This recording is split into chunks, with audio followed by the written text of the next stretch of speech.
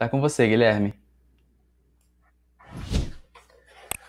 Bom, pessoal, eu gostaria então de, na minha abordagem, retroceder um pouquinho no tempo para falar um pouquinho sobre a reencarnação como algo que, para nós, hoje em dia, digo na sua grande maioria, aqui no Ocidente, né, ainda tem um certo tabu na compreensão, né, embora as pessoas já estejam muito mais abertas a essa questão da reencarnação, mas eu gostaria de, retrocedendo um pouquinho, a gente falar sobre essa questão que ela já é muito e muito antiga, tá? Pessoal, não é nenhuma coisa de nova era, New Age, etc., né? A reencarnação é um tema que os antigos já falavam há muito tempo, lá na época dos egípcios, né? Os egípcios antigos falavam na reencarnação. Pegamos outros povos ao redor, povos que já, infelizmente, não existem mais, né? Que também tinham a crença da reencarnação. O próprio povo hebreu, com os judeus, nos seus estudiosos, os cabalistas principalmente, também falavam na reencarnação. Né? A gente tem vários textos que exemplificam isso, né? Falavam da reencarnação. E nós temos, por exemplo, também, entre os gregos, um grande filósofo, Pitágoras. Júlio deve conhecer bem. Pitágoras era um filósofo que tinha uma crença mística muito grande por ter estudado justamente com os egípcios, passado pelos babilônicos, eu acho que pelos babilônicos, se eu não me engano. Enfim, Pitágoras, ele falava, por exemplo, de 3 vidas que ele relembrava perfeitamente. Ele tinha consciência e falava isso para os seus alunos e falava isso para os seus interlocutores, que 3 vidas, pelo menos, ele conseguia relembrar e relatar o que ele fazia, etc. Ele tinha plena consciência, né? Mas a gente também, tocando adiante, a gente vê que outros grandes filósofos, Platão, né, também tocavam no assunto aí da reencarnação e nessa possibilidade da reencarnação. E no mundo antigo, então, a gente vê que esse é um tema que não era tabu. Pelo contrário, ele era um tema bastante comum. No início do cristianismo, porque a gente sabe que o cristianismo ele não é linear, né, pessoal? A gente hoje em dia conhece aí o catolicismo, né, o protestantismo como linhas de cristianismo, mas no seu início o cristianismo ele tinha várias vertentes, diversas vertentes. No seu início ali tem-se o que a gente denominou mais tarde como gnósticos, né? Que eram gnose é uma palavra que significa conhecimento, tá? Mas um conhecimento que vai além do conhecimento racional, um conhecimento que tem a ver com a experiência espiritual. Bom, os gnósticos antigos, por exemplo, que eram cristãos, eles não se denominavam gnósticos, tá? Isso foi uma denominação que nós colocamos depois. Eles se denominavam cristãos. Esses cristãos antigos, primitivos, eles falavam em reencarnação. Eles acreditavam na reencarnação até por uma influência helênica, uma influência dos gregos, né? Que era muito influente naquela região toda ali, naquela época. Então, os gregos influenciavam, os egípcios influenciaram os gregos influenciaram os romanos, e os primeiros cristãos tiveram essa influência também nessa questão da reencarnação. A reencarnação ela foi retirada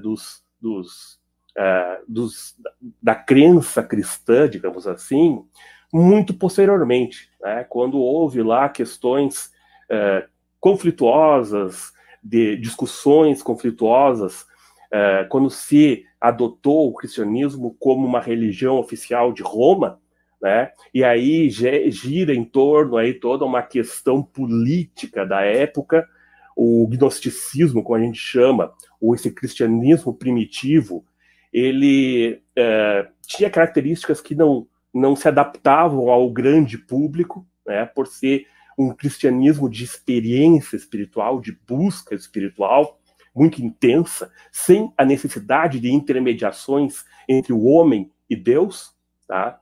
Então, esse cristianismo antigo acabou sendo riscado do mapa, né, pelo que nós conhecemos atualmente como cristianismo, tá?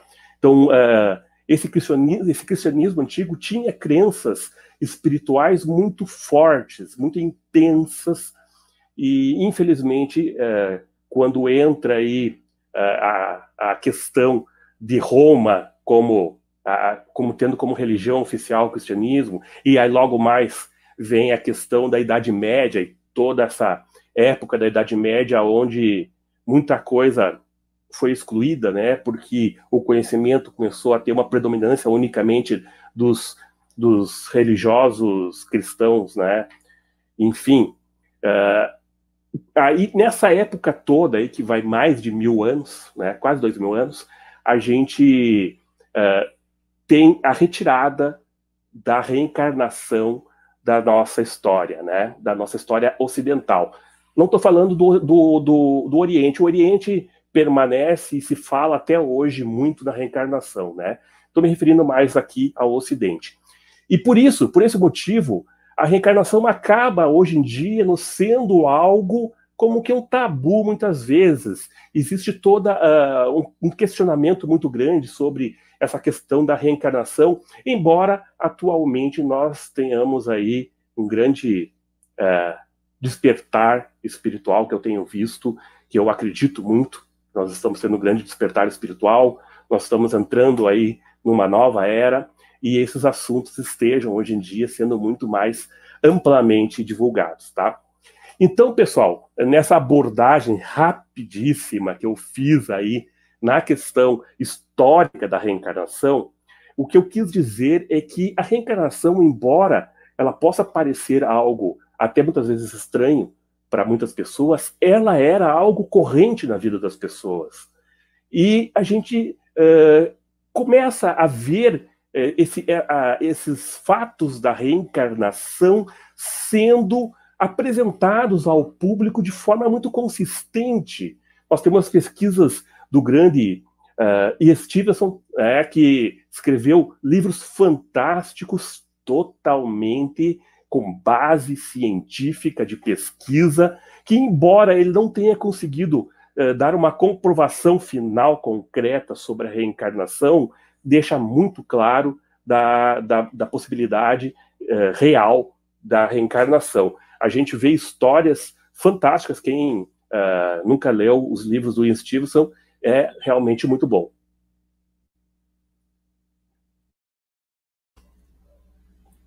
Voltou, Júlio? Caiu um pouco ali o áudio? Deu para ouvir bem. Deu? Tá. Aqui estava bem. Sim, tava bom o áudio, Guilherme. Deu para dando para entender direitinho. Tá ótimo. Pode continuar. Eu vi o Júlio no canto avisando ali que tinha dado um probleminha. Sim.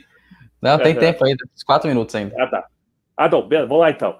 Então, como eu estava falando, o Ian Stevenson, ele tem livros fantásticos que eu recomendo para vocês pesquisarem como um viés científico da reencarnação. Dentro do espiritismo, nós temos também vários livros muito interessantes. Eu não digo romancezinho, tá, pessoal? Livro de estudo mesmo, do Hermínio Miranda, que eu gosto de recomendar sempre, que também tem comprovações muito interessantes. Eu gosto sempre de dar como exemplo também a Om-Set, que é um livro que fala a Noviça e o Faraó, do Hernani Guimarães, onde conta a história de uma menina que caiu de uma escada, teve um momento onde ela foi dada como morta, e quando ela volta com uma personalidade de uma reencarnação passada dela no Egito.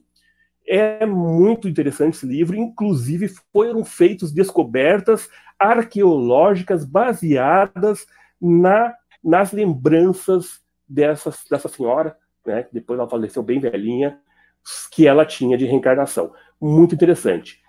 Para terminar, o que eu quero falar, porque a gente, né, esse tema dá para falar sozinho, aí pelas 2 horas da live eu falo sozinho desse tema, né, porque é fantástico. Eu gostaria brevemente de dizer que uma das maneiras que eu acho mais seguras de se experimentar a projeção astral, a reencarnação, é através da projeção astral.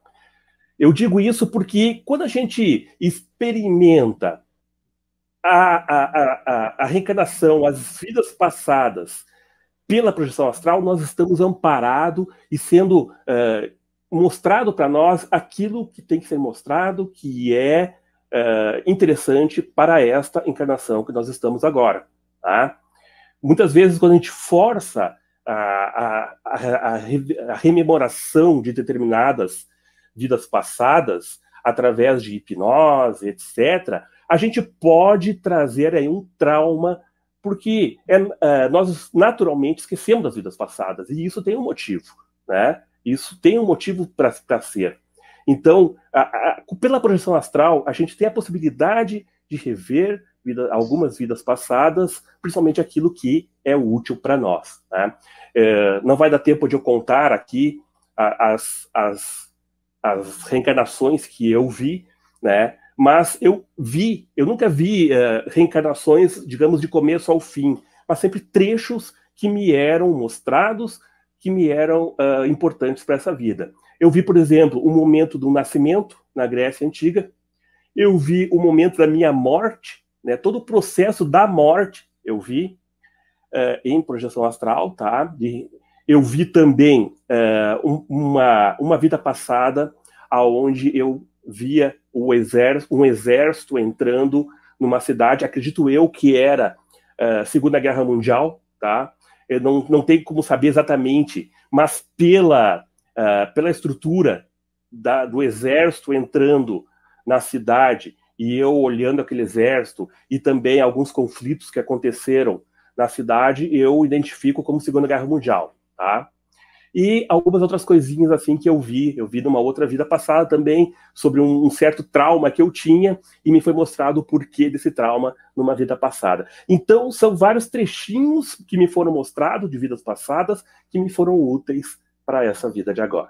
Bom, pessoal, meio ligeirão assim por cima, passo para o pessoal, para não me alongar demais.